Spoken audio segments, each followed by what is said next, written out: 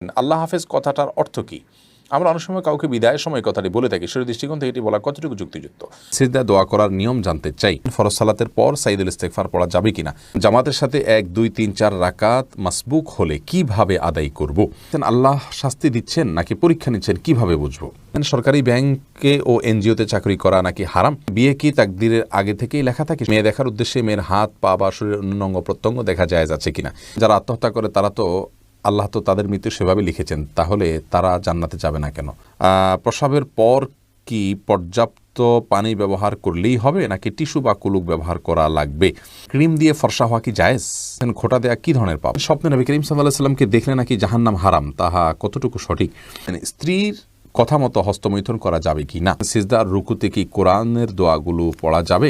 জান্নাতে আমরা কোন ভাষায় একে অপরের সাথে কথা বলবো, যেহেতু আমরা বিভিন্ন ভাষাভাষীর মানুষ? কিভাবে অতি শীঘ্রই দোয়া কবুল হয়? শুধুই কি নামাজ নাকি অন্য কোনো নিয়ম আছে? স্বামী বা স্ত্রী কেউ মারা গেলে তার স্ত্রী বা স্বামী তাকে স্পর্শ করা হারাম, এর কোনো ভিত্তি কি রয়েছে? মেয়ে বাচ্চা হলে কি আজান দেওয়া যাবে? আর মেয়েরা কি আজান দিতে পারবে? অনেক সময় ছেলেরা থাকে না। মেয়েদের বিয়ের পর বাবা মা ভাই বোনের প্রতি তাদের দায়িত্ব কর্তব্য কতটুকু? অজু করার পর মেরিল বা লোশন ব্যবহার করে নামাজ হবে কিনা? বিয়েতে মেয়ের বাবা অবর্তমানে অভিভাবক কে? মেয়েরা কি ছেলে ডাক্তার দেখাতে পারবে? আমাদের সমাজে একটা প্রচলন আছে যে মৃত্যুর সময় সিরিয়াল ধরে রোগীর মুখে পানি দেওয়া হয়। রোগী পানি খেতে পারুক আর না পারুক, অনেকে আছেন পানি দিতে না পারলে আফসোসও করেন। প্রিয় দর্শক, অনেক বেশি সময় নিয়ে নিয়েছি আপনাদের প্রশ্ন উত্তরের মূল পর্ব, যে জন্য আমাদের এই আয়োজন। চলুন আমরা সেদিকে চলে যাই। আমার কাছে অনেকগুলো প্রশ্ন এসেছে, এর মধ্যে থেকে একটি প্রশ্ন হলো, রাবেয়া বসরি বোন, আপনি জানতে চেয়েছেন পিরিয়ডের রক্ত নতুন জামায় লাগার পর অনেকবার ধোয়া হলেও দাগ রয়ে যায়, এটা পরে কি নামাজ আদায় করা যাবে? দেখুন, কোনো নাপাক সেটি আমাদের কাপড়ে লাগলে, সেটি প্রবাহমান রক্ত হোক বা অন্য কোনো নাপাক হোক, আমরা সেটিকে ধৌত করব পানি দিয়ে। যথাসম্ভব স্বাভাবিকভাবে একটি কাপড় যেভাবে মানুষ ধোয় ময়লা দূর করার জন্য, ওইভাবে ধোয়ার পরেও যদি তার মধ্যে দাগ থেকে যায়, তাহলে সেক্ষেত্রে তার কারণে সেই কাপড় পরে সালাত আদায় করতে কোনো প্রকার অসুবিধা হবে না। অর্থাৎ আমরা রক্তের কথাই যদি বলি, যে রক্তের দাগ একটুখানি রয়ে গেছে, অনেক ধুয়েছি, আমি সাবান দিয়ে ধুয়েছি, বা সচরাচর ময়লা দূর করার জন্য যেভাবে কাপড় ধোয়া হয় সেভাবে আমি ধুয়েছি, তারপরেও দাগ যদি থেকে যায়, তার কারণে সেই কাপড় পরে সালাত আদায় করতে কোনো প্রকার নিষিদ্ধ হবে না। কারণ আল্লাহ রাব্বুল আলামিন বলেছেন আমাদেরকে, ফাত্তাকুল্লাহ মাস্তাতা'তুম, তোমরা আল্লাহকে ভয় করো যতটুকু তোমাদের সাধ্যকুলা। বিধায় আপনি কাপড় চোপড় ধোবেন স্বাভাবিকভাবে, যতটুকু ধুয়ে থাকেন ময়লা দূর করার জন্য ততটুকু, এরপরেও যদি থেকে যায় তাহলে সেক্ষেত্রে আপনার আর এক্ষেত্রে কোনো গুনাহ হবে না ইনশাআল্লাহ, যেহেতু এখানে আপনার কিছু করার নেই। শাহ আলম, আপনি জানতে চেয়েছেন সিজদায় দোয়া করার নিয়ম জানতে চাই। সিজদায় দোয়া করবেন, আপনি স্বাভাবিকভাবে দোয়া করবেন, এখানে তো দোয়ার মধ্যে হাত তোলার প্রশ্নই ওঠে না, যেহেতু সিজদায় আপনার হাত জমিনে থাকবে, ফ্লোরে থাকবে। সেক্ষেত্রে আপনি আল্লাহর রাব্বুল কাছে মনে মনে দোয়া করবেন, মুখেও দোয়া করতে পারেন, বিশেষ করে নফল সালাতে যত বেশি সম্ভব দোয়া করবেন। রাসূল করিম সাল্লাল্লাহু আলাইহি ওয়াসাল্লাম বলেছেন, সহিহ মুসলিম হাদিসে বর্ণিত হয়েছে, আকরাবু মা ইয়াকুনুল আবদু মিন রাব্বিহি ওয়া হুয়া সাজিদ, বান্দা আল্লাহ তাআলার সবচেয়ে নিকটে যেতে পারে সিজদা অবস্থায়, যার কারণে ফাকসিরু ফীহি মিনাদ দুআ, তোমরা সিজদায় যখন থাকবে আল্লাহর কাছে বেশি বেশি করে দোয়া করবে, বেশি বেশি করে চাইবে। এজন্য সিজদা বেশি বেশি করে আল্লাহর কাছে চাওয়া উচিত। আল্লাহর সবচেয়ে কাছে গিয়ে যদি আল্লাহর কাছ থেকে আপনি কিছু চেয়ে নিতে চান, তাহলে সিজদা গিয়ে আল্লাহর কাছে দোয়া করবেন।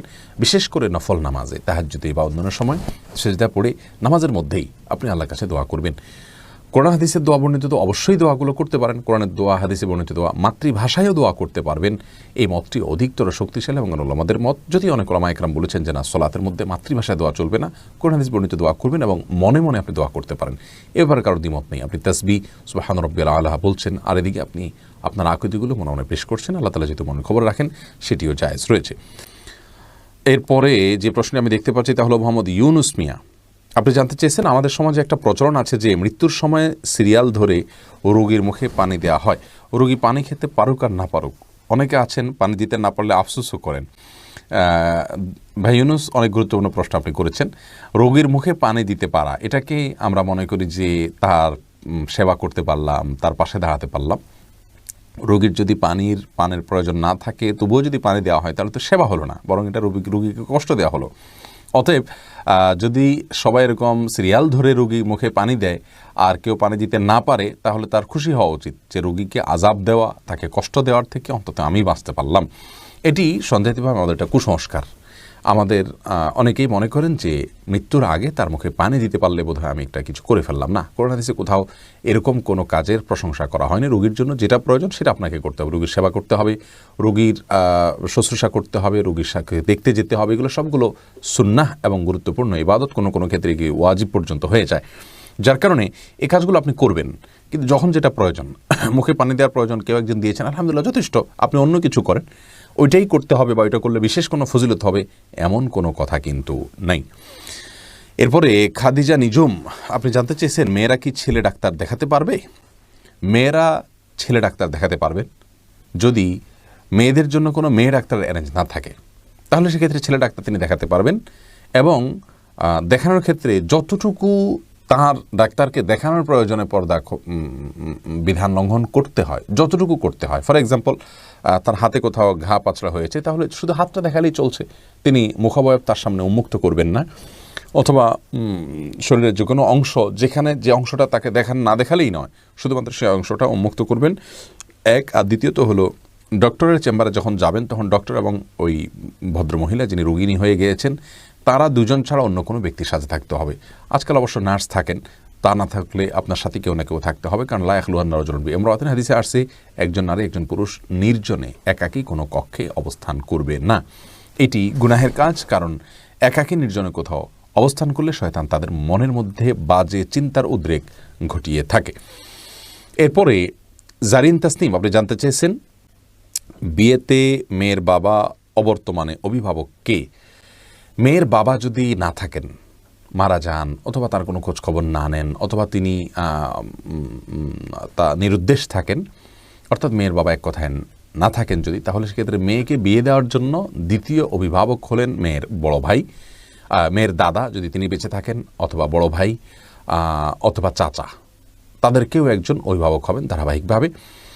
আর যদি এরকম নিকটাত্মীয় কেউই না থাকে, তাহলে সেক্ষেত্রে মহল্লার মসজিদের ইমাম সাহেব বা কোনো দিনদার মানুষ তিনি তাকে অভিভাবক হয়ে বিয়ে দিতে পারবেন। এরপরে আমি যে প্রশ্নটি দেখতে পাচ্ছি তা হলো মজিদুল হক আপনি জানতে চেয়েছেন অজু করার পর মেরিল বা লোশন ব্যবহার করে নামাজ হবে কিনা? হবে, কোনো অসুবিধা নেই। মেরিল বা লোশনে এমন কোনো উপাদান নেই যেটি নাপাক, যা ব্যবহার করলে আমাদের শরীরে নাপাক হয়ে যাবে, যার কারণে এটি ব্যবহার করে সালাত আদায় করলে কোনো অসুবিধা নেই। যে কোনো পেট্রোলিয়াম জেলি, তেল, এর যে কোনোটি আপনি ব্যবহার করতে পারেন, করে আপনি সালাত আদায় করতে পারেন, কোনো অসুবিধা নেই। এরপরে মুরসালিন সরকার আপনি জানতে চেয়েছেন জামাতের সাথে 1, 2, 3, 4 রাকাত মাসবুক হলে কিভাবে আদায় করব? 1, 2 বা 4 রাকাত, 3 রাকাত সালাত যদি আপনার ছুটে যায়, ইমাম সালাম ফেরানোর পর আপনি যখন সালাতগুলো আদায় করবেন, এগুলোতে আপনি কেরাত পড়বেন কিনা? প্রথম কথা হলো বৈঠকের বিষয়টা হলো আপনি যখন এই সালাতগুলো আদায় করবেন তখন কথার কথা 1 রাকাত ইমামের সাথে পেয়েছেন, 3 রাকাত পাননি, তাহলে ইমামের সাথে যে রাকাতটি পেয়েছেন সে রাকাতে আপনি বসে থাকলেও সেটি আপনার প্রথম রাকাত। অতএব আপনি একাকী যখন পড়বেন তখন আপনি একাকী প্রথম যে রাকাতটা পড়বেন ওখানে আবার বসতে হবে, কারণ এটা আপনার জন্য সিরিয়ালে দ্বিতীয় রাকাতে বসতে হবে। এ হলো বসার ধারাবাহিকতা। আর সূরা এবং সূরা ফাতিহার সাথে অন্য সূরা কেরাত মিলানোর যে বিষয়টি রয়েছে সেটি নিয়ে দুটি মত উলামায়ে কেরামের রয়েছে। অনেকে মনে করেন যে এটি সালাতের শেষ অংশ হলে প্রথম 2 রাকাত ইমামের সাথে শেষের 2 রাকাত যদি আপনি পান, তাহলে ওটা আপনার প্রথম অংশ ধরা হবে। তাহলে পরে আপনি একাকী যখন পড়ছেন সেটিকে শেষের অংশ ধরা হবে। শেষ অংশ ধরা হলে সেখানে আর কেরাত মিলানো বা সূরা মিলানোর কোনো প্রশ্ন নেই। আর যারা মনে করেন যে না, আপনি একাকী যেটা পড়ছেন সেটি আপনার প্রথম অংশ, তাহলে সেক্ষেত্রে তাদের দৃষ্টিভঙ্গি অনুযায়ী আপনাকে সূরা কেরাত মিলাতে হবে। বিস্তারিত দলিল নিয়ে আমরা আলোচনা করি, কোনটা অধিক শক্তিশালী সে বিষয়ে আমরা কথা বলবো ইনশাআল্লাহ বিইذনিল্লাহ। এরপরে জেসমিন পলি আপনি জানতে চেয়েছেন মেয়েদের বিয়ের পর বাবা মা ভাই বোনের প্রতি তাদের দায়িত্ব কর্তব্য কতটুকু? মেয়েদেরকে তো এত বেশি সুযোগ ইসলাম দিয়েছে, সত্যি এটা পুরুষদের জন্য ঈর্ষার বিষয়। কারণ মেয়েদের জীবনে তার নিজের ব্যয়ভারই তার উপরে বহন করা অবশ্য কর্তব্য নয়। কোনো না কোনো ক্ষেত্রে তার জীবনের সকল স্তরে এসে কারোর না কারোর অভিভাবকত্বে তিনি থাকেন, কেউ না কেউ তার ব্যয়ভার বহন করতে বাধ্য।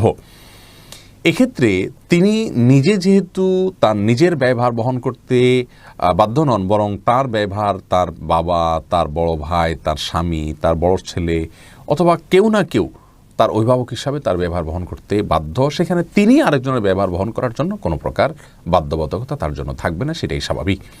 আর মাসআলাটা এরকমই, অর্থাৎ মেয়েদের বিয়ের পর মা বাবা ভাই বোনদের প্রতি তাদের বিশেষ কোনো কর্তব্য নেই, অর্থাৎ ফিনান্সিয়াল কোনো কিছু তাদেরকে সাপোর্ট করা জরুরি না। তবে হ্যাঁ, এজ এ আত্মীয় তাদের খোঁজ খবর নেওয়া, তাদের বিপদে তাদের পাশে যেভাবে সম্ভব হয় তার সাধ্যে যেটুকু আছে সেটুকু নিয়ে দাঁড়ানো, তাদের সহমর্মিতা দেখানো, তাদের সাথে সম্পর্ক রক্ষা করে চলা, সুসম্পর্ক বজায় রেখে চলা, এগুলো সবগুলো কিন্তু আত্মীয়তার বন্ধন হিসাবে, বন্ধন রক্ষার প্রয়োজনের তাগিদে এগুলো সবগুলো করা কিন্তু অবশ্য কর্তব্য, সেগুলো অবশ্যই করতে হবে। আর অর্থকরী যদি থাকে, নিজস্ব অ্যাবিলিটি থাকে, তাহলে সেটা দিয়ে ভাই বোন যদি অভাবী হন তাদেরকে অবশ্যই সাহায্য করতে হবে যদি অ্যাবিলিটি থাকে তার। এটা তার নৈতিক বিষয়, কিন্তু শরিয়ত তাকে এর জন্য বাধ্যবাধকতা দেয়নি। এরপর সোহাইব মোহাম্মদ আপনি জানতে চেয়েছেন, স্বামী বা স্ত্রী কেউ মারা গেলে তার স্ত্রী বা স্বামী তাকে স্পর্শ করা হারাম, এর কোনো ভিত্তি কি রয়েছে? ভাই সোহাইব, এর ভিত্তি আছে। আর ভিত্তিটা হলো হানাফি মাযহাব অনুযায়ী উলামায়ে আহনাফ তাদের দৃষ্টিভঙ্গি হলো যে মৃত্যুর সঙ্গে সঙ্গে স্বামী স্ত্রীর মধ্যে আর বৈবাহিক সম্পর্ক থাকে না। তারা মনে করেন যে বৈবাহিক সম্পর্কের এন্ডিং হয়ে যায় মৃত্যুর মাধ্যমে। আর যেহেতু এন্ডিং হয়ে যায় তাহলে তারা পরপুরুষ পরনারী হয়ে গেলেন, এই জন্য তারা এক অন্যকে স্পর্শ করবেন না, গোসল দিবেন না। এটা হলো ইমাম রহমতুল্লাহ মাযহাবের দৃষ্টিভঙ্গি। বাকি এর বিপরীত যে মত অনেক ইমামগণের রয়েছে, বর্তমান সৌদি আরবের স্কলারগণও যে মতটি পোষণ করেন তা হলো যে বৈবাহিক সম্পর্ক এটা মৃত্যুর মাধ্যমে নষ্ট হয়ে যায় না, ভেঙে যায় না। এই মতটিকে, দ্বিতীয় মতটিকে আমার কাছে বেশি শক্তিশালী মনে হয় দলিলের দিক থেকে। আমরা দলিলের আলোচনা খুব নিগুড়ভাবে গেলাম না, কারণ তাতে কলেবর বৃদ্ধি হয়ে যাবে। মারুফা প্রেমা আপনি জানতে চেয়েছেন কিভাবে অতি শীঘ্রই দোয়া কবুল হয়, শুধুই কি নামাজ নাকি অন্য কোনো নিয়ম আছে? দেখুন, দোয়া কবুলের জন্য সবচেয়ে বড় বিষয় হলো তাড়াহুড়ো করা যাবে না। আপনি কিন্তু প্রশ্নই করেছেন যে শীঘ্রই দোয়া কবুল হয়। শীঘ্রই বা কুইক দোয়া কবুলের কোনো ভার্সন নেই যে এটা আপনার স্পেশাল সার্ভিস, আপনার এখানে কুইক সার্ভিস আছে, এরকম না। বরং দোয়া স্বাভাবিক গতিতে কবুল হবে। আপনি যে বিষয়টাকে খুব দ্রুত চাচ্ছেন, আপনি কি জানেন যে সে বিষয়টা আপনার জন্য কল্যাণকর কিনা? আপনি নিশ্চিত না, আমরা কেউ নিশ্চিত নই। আমরা মনে করি যে এই জিনিসটা আমার এখনই পাওয়া দরকার, পেলেই আমার ভালো হবে, অথচ হতে পারে সেটি পেলে আমার অকল্যাণ হবে। এই জন্য তাড়াহুড়ো না করে আল্লাহর রহমানের কাছে দোয়া করা উচিত স্বাভাবিকভাবে। দোয়া কবুলের যে শর্তগুলো আছে, হালাল ভক্ষণ, আল্লাহর প্রতি কায় মনোবাক্যে দোয়া করা, আন্তরিকতার সাথে দোয়া করা, বিনয়ের সাথে দোয়া করা, কেঁদে কেঁদে দোয়া করা, নবীর প্রতি দুরূদ পাঠ করা দোয়ার মধ্যে, এই সব শর্তগুলো পূরণ করে আপনি দোয়া করবেন, ইনশাআল্লাহ আল্লাহ তাআলা দোয়া বিফলে দিবেন না। আর কোনো জিনিস আপনার আশু প্রয়োজন হয়, আপনি সেটাকে আল্লাহর কাছে বিশেষভাবে সেভাবে পেশ করতেই পারেন। আল্লাহ জিনিসটা আমার এই মুহূর্তে হলে আমার জন্য কল্যাণকর বলে আমি মনে করছি, আপনি এটা দান করেন, এবার আপনি দোয়া করতে পারেন। কিন্তু কুইক হওয়ার জন্য বিশেষ কোনো ভার্সন নেই। হ্যাঁ, দোয়া কবুলের নিশ্চয়তার জন্য আপনি দোয়া কবুলের জায়গাগুলো, দোয়া কবুলের সময়গুলোকে আপনি প্রায়োরিটি দিবেন। যে সময়গুলো দোয়া কবুল হয় সেগুলো দোয়া বিশেষ করে করবেন। নূর নাহার মিত আপনি জানতে চেয়েছেন, জান্নাতে আমরা কোন ভাষায় একে অপরের সাথে কথা বলবো, যেহেতু আমরা বিভিন্ন ভাষাভাষীর মানুষ? দেখুন, একটি দাইফ হাদিস থেকে জানা যায় যে জান্নাতীদের ভাষা হবে আরবি। হাদিসটিকে কোনো কোনো মুহাদ্দিসগণ জাল পর্যন্ত বলেছেন, অর্থাৎ আহিবুল আরব আলী সালাস ফাইন্নি আরবি ওয়াল কোরআন আরবি ওয়া কালামু আহলিল জান্নাতে আরবি। তোমরা আরবকে ভালোবাসো, আরবিকে ভালোবাসো তিন কারণে, কারণ আমি আরবি, জান্নাতের ভাষাদের কথা হবে আরবি এবং কোরআন আরবি। এরকম কথা রাসূল আকরাম সাল্লাল্লাহু আলাইহি ওয়াসাল্লাম বলেছেন বলে একটি হাদিস পাওয়া যায়, কিন্তু সেই হাদিসটি বিশুদ্ধ নয়, বিশুদ্ধর মানদণ্ড উত্তীর্ণ নয়। জান্নাতীদের ভাষ্য, কথোপকথন অন্যান্য বিভিন্ন বর্ণা থেকে বোঝা যায় আরবিতে হবে। আল্লাহ তাআলা সেটা স্বয়ংক্রিয়ভাবে সবাইকে জানিয়ে দিবেন, সবাই স্বয়ংক্রিয়ভাবে জানবে যারা যাবে সেখানে।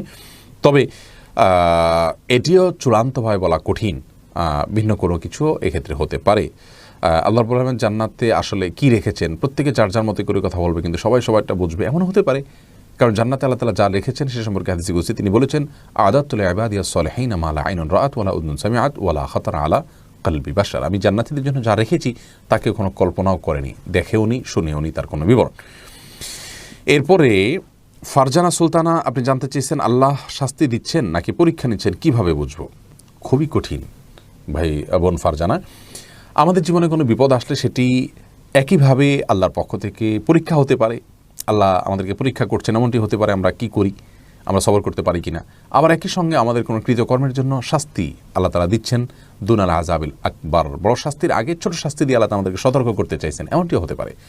তো কোন দৃষ্টিকোণ থেকে কোন বিপদটি এসছে, কোন সমস্যাটি এসছে, সেটি কিন্তু আমাদের কারোরই বলার কোনো সুযোগ নেই, যেহেতু নবী নেই, ওহীর দুয়ার নেই, আল্লাহর এই বিষয়টিকে জানার কোনো উপায় নেই। আমরা স্বাভাবিকভাবে এটিকে দুইটারই সম্ভাবনা রয়েছে, সেই জায়গা থেকে বিপদে পড়লে আমরা ইস্তেগফার করব এবং ধৈর্যের পরীক্ষায় উত্তীর্ণ হওয়ার জন্য প্রয়াস চালাবো। এরপর আয়াত ইসলাম আপনি জানতে চেয়েছেন, আচ্ছা মেয়ে বাচ্চা হলে কি আজান দেওয়া যাবে, আর মেয়েরা কি আজান দিতে পারবে? অনেক সময় ছেলেরা থাকে না। মেয়ে বাচ্চা হলেও আজান দিবেন। আর আজান দেওয়া সম্পর্কিত হাদিসগুলো আসলে খুব বেশি যে শক্তিশালী তা নয়, বরং বিন বাজ রাহিমাহুল্লাহ আজান বাচ্চার নবজাতকের ভূমিষ্ঠ হওয়ার পর তার কানে আজানের বিষয়ে হাদিসগুলোকে অ্যানালাইসিস করে বলেছেন বেশিরভাগ হাদিস জয়ীফ, কিন্তু অনেকগুলো হাদিস বর্ণিত হয়েছে এটা করা যেতে পারে। ফজিলতের মতো বিষয়, হাদিসের জফের যে মাত্রা তাতে এটা করা যেতে পারে, খুব বেশি গুরুত্বপূর্ণ না হলে এটা করা যেতে পারে। তবে মেয়েরা নাও, ছেলেরাই আজান দিবেন এবং মেয়ের বাচ্চা হলেও আজান দিবেন, পৃথক করা হয়নি হাদিসের ছেলে মেয়ে আলাদা করে। নোমান শাহ আপনি জানতে চেয়েছেন, স্বপ্নে নবী করিম সাল্লাল্লাহু আলাইহি সাল্লামকে দেখলে নাকি জাহান্নাম হারাম, তাহা কতটুকু সঠিক? দেখুন, এ বিষয়ে হাদিস রয়েছে দাইফ। আর দ্বিতীয়ত হলো যে রাসূল আকরাম সাল্লাল্লাহু আলাইহি সাল্লামকে আমরা স্বপ্নে দেখলে তিনি রাসূল আকরাম সাল্লাল্লাহু আলাইহি সাল্লাম কিনা এটা নিশ্চিত হওয়া কঠিন। যদিও একটি হাদিস রয়েছে রাসূল আকরাম সাল্লাল্লাহু আলাইহি সাল্লাম বলেছেন, কেউ আমাকে স্বপ্নে দেখলে সে অবশ্যই আমাকে স্বপ্নে দেখেছে, কারণ শয়তান আমার আকৃতিকে ধারণ করতে পারে না। এই হাদিসের ব্যাখ্যা, বিশুদ্ধ ব্যাখ্যা হলো যে এটা রাসূল আকরাম সাল্লাল্লাহু আলাইহি সাল্লামের জীবদ্দশার কথা বা সাহাবীদের কথা যারা তাকে দেখেছেন তাদের কথা, যে তারা স্বপ্নে দেখলে নবীজিকেই দেখেছেন। এখন আমরা যারা নবীজি সাল্লাল্লাহু আলাইহি সাল্লামের চেহারাই জানি না, তাদেরকে শয়তান যদি এসে বলে আমি নবীজি, তো সেটি হওয়ার সম্ভাবনা রয়েছে। এই ব্যাখ্যাটা অধিকতর শক্তিশালী। তবে হ্যাঁ, তাকে যদি স্বপ্নে কেউ দেখতে পারেন তো সেটা সন্দেহভাবে তার জন্য একটা ভালো আলামত, এবং রাসূল আকরাম সাল্লাল্লাহু আলাইহি সাল্লামের ভালোবাসা তার অন্তরে রয়েছে, তার সুন্নতের প্রতি তার আগ্রহ রয়েছে। এটি যেমন হতে পারে তেমনিভাবে এর মাধ্যমে তিনি অনুপ্রাণিত হতে পারেন, কিন্তু এটা জরুরি নয় যে তাকে স্বপ্ন দেখলে তিনি অরিজিনালি দেখেছেন আর তাকে দেখলেই জান্নাত ওয়াজিব হয়ে যাবে, এটি বিশুদ্ধ নয়। জাহিদুল ইসলাম তালুকদার জানতে চেয়েছেন, সিজদা আর রুকুতে কি কোরআনের দোয়াগুলো পড়া যাবে? দেখুন, সিজদা এবং রুকুতে কোরআনের বর্ণিত আয়াত আপনি পড়বেন না। বিশেষ করে সিজদাতে রাসূল আকরাম সাল্লাল্লাহু আলাইহি ওয়াসাল্লাম সালাতের মধ্যে আপনার সিজদাতে কোরআনে কারীম তেলাওয়াত করতে নিষেধ করেছেন। তবে দোয়ামূলক যে সমস্ত আয়াতগুলো আছে, যেগুলো নিছক দোয়া, সেই আয়াতগুলো আপনি পাঠ করতে পারবেন দোয়া হিসাবে, কোরআনের তেলাওয়াতের অংশ হিসাবে নয়। এরপরে মানিরুল ইসলাম জানতে চেয়েছেন, মেয়ে দেখার উদ্দেশ্যে মেয়ের হাত পা বা শরীরের অন্য অঙ্গ প্রত্যঙ্গ দেখা যায় যাচ্ছে কিনা। দেখুন, রাসূল করিম সাল্লাল্লাহু আলাইহি ওয়াসাল্লাম বলেছেন, বিবাহের প্রস্তাব যদি কেউ কাউকে দেয় সে যেন ফানজুর ইলাইহা, সেই তাকে নবী সাল্লাল্লাহু আলাইহি ওয়াসাল্লাম নির্দেশ করেছেন, তুমি বিবাহের প্রস্তাব দিয়েছো তাহলে তাকে দেখে নাও। এই জন্য দেখে নেওয়াটা এটা দোষণীয় বিষয় নয়। আর কোনো ত্রুটি আছে কিনা সেজন্য দেখে নেওয়া যেতে পারে। নবী সাল্লাল্লাহু আলাইহি ওয়াসাল্লাম এক সাহাবীকে বলেছেন যে ফানজুর ইলাইহা ফাইন্না ফি আয়ুনিল আনসারি শাইআ।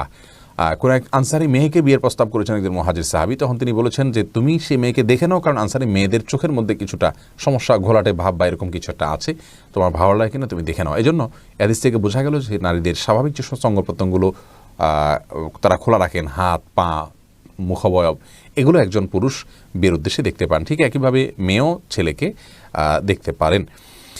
সাবিহা জুই আপনি জানতে চেয়েছেন, সরকারি ব্যাংকে ও এনজিওতে চাকরি করা নাকি হারাম? না, এনজিওতে চাকরি করা হারাম এ কথাটি সঠিক নয়। এনজিওতে আপনি কোন পদে চাকরি করছেন, কি কাজ করছেন, সেটা হলো মুখ্য বিষয়। আপনার কাজটা যদি কোনো হারাম কাজ না হয় তাহলে সেক্ষেত্রে আপনি আপনার কাজের বিনিময়ে পারিশ্রমিক নিতে পারেন। আপনি এনজিওর কাজ করছেন না কোনো অমুসলিমের কাজ করছেন, এটি দেখার বিষয়। আপনি কি কাজ করে উপার্জন করছেন সেটি হলো মূল বিষয়। রুহুল সুজন আপনি জানতে চেয়েছেন, নাকের সৌন্দর্য বৃদ্ধি করার জন্য সার্জারি করা যাবে কি না।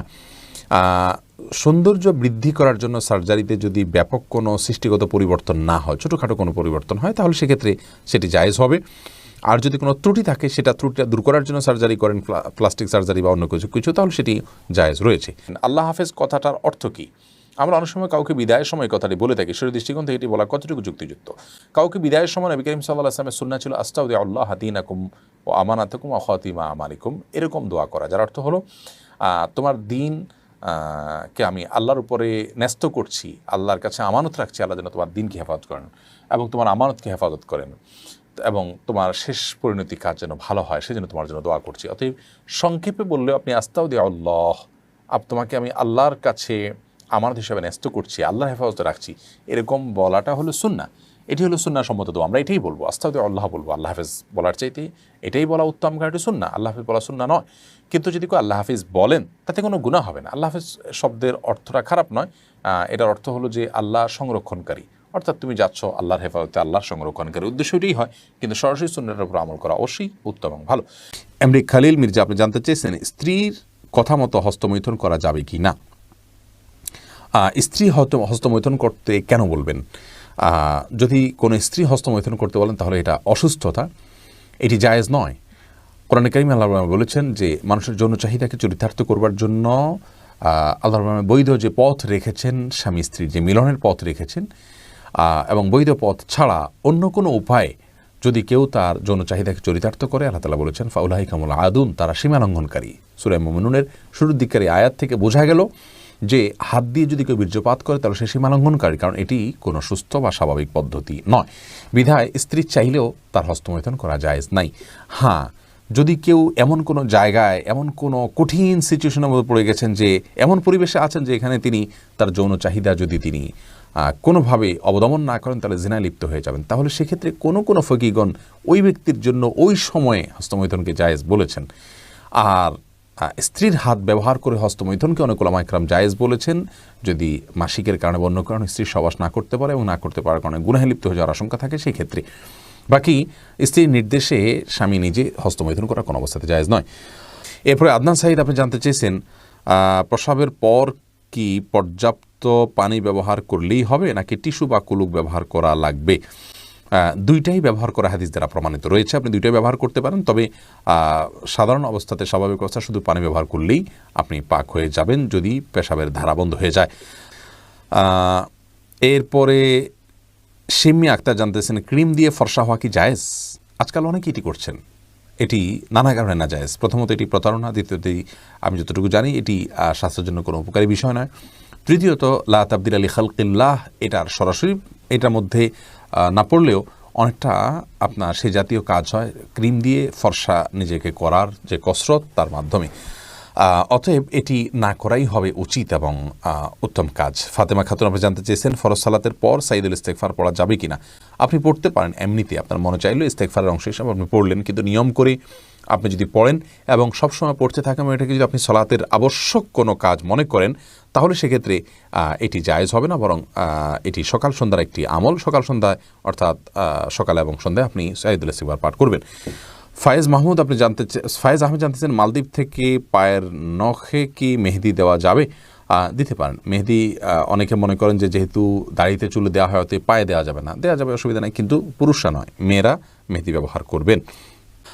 আশিকুল ইসলাম জানতে চেয়েছেন বিয়ে কি তাকদিরের আগে থেকেই লেখা থাকে? সব কিছুই তাকদিরের আগে থেকে লেখা থাকে, বিয়েটাও তার মধ্যে ওর মধ্যে পড়ে। ফিরোজ আপনি জানতেছেন বেনামাজের হাতে রান্না খাওয়া যাবে কিনা, দয়া করে উত্তর দিবেন। জি, যাবে। অমুসলিমের হাতে রান্না রাসূল আকরাম সাল্লাল্লাহু আলাইহি ওয়াসাল্লাম খেয়েছেন, ইহুদির বাড়িতে খেয়েছেন, অতএব বেনামাজের হাতে অবশ্যই খাওয়া যেতে পারে।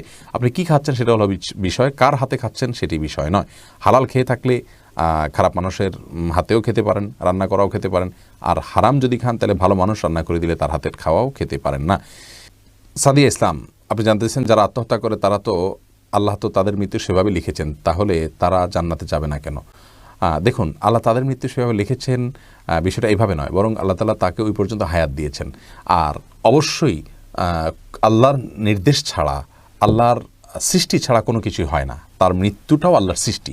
এখন আপনি বলতে পারেন ওইভাবে আল্লাহ তার মৃত্যু সৃষ্টি করেছেন, তাহলে তার দোষটা কোথায়? তার দোষটা হলো সে আত্মহত্যার জন্য সিদ্ধান্ত নিয়ে আত্মহত্যার আয়োজনটা সম্পন্ন করেছে, এটুকু কাজ সে করেছে, এটুকু করার কারণে তার শাস্তি হবে। তার জন্য মৃত্যু সে হয়েছে এই জন্য শাস্তি নয়, শাস্তিটা হলো যে সে আত্মহত্যার জন্য যা যা দরকার তার সব কিছু সে গ্রহণ করেছে এবং চূড়ান্ত পর্যায় পর্যন্ত সে গেছে, এটাই হলো তার জন্য গুনাহের কারণ, সে কারণে তাকে শাস্তি দেওয়া হবে, এটাই হলো তার অপরাধ। নাজমা খাতুন জানতে চেয়েছেন খোঁটা দেয়া কী ধরনের পাপ? অত্যন্ত জঘন্য ধরনের পাপ। আল্লাহ রাব্বুল আলামিন বলেছেন লা তুবদিলু সাদাকাতিকুম বিল মান্নি ওয়াল আযা, দান করার পরে খোঁটা দিয়ে, কষ্ট দিয়ে তোমরা তোমাদের সদকা দান এগুলোকে নষ্ট করে দিও না।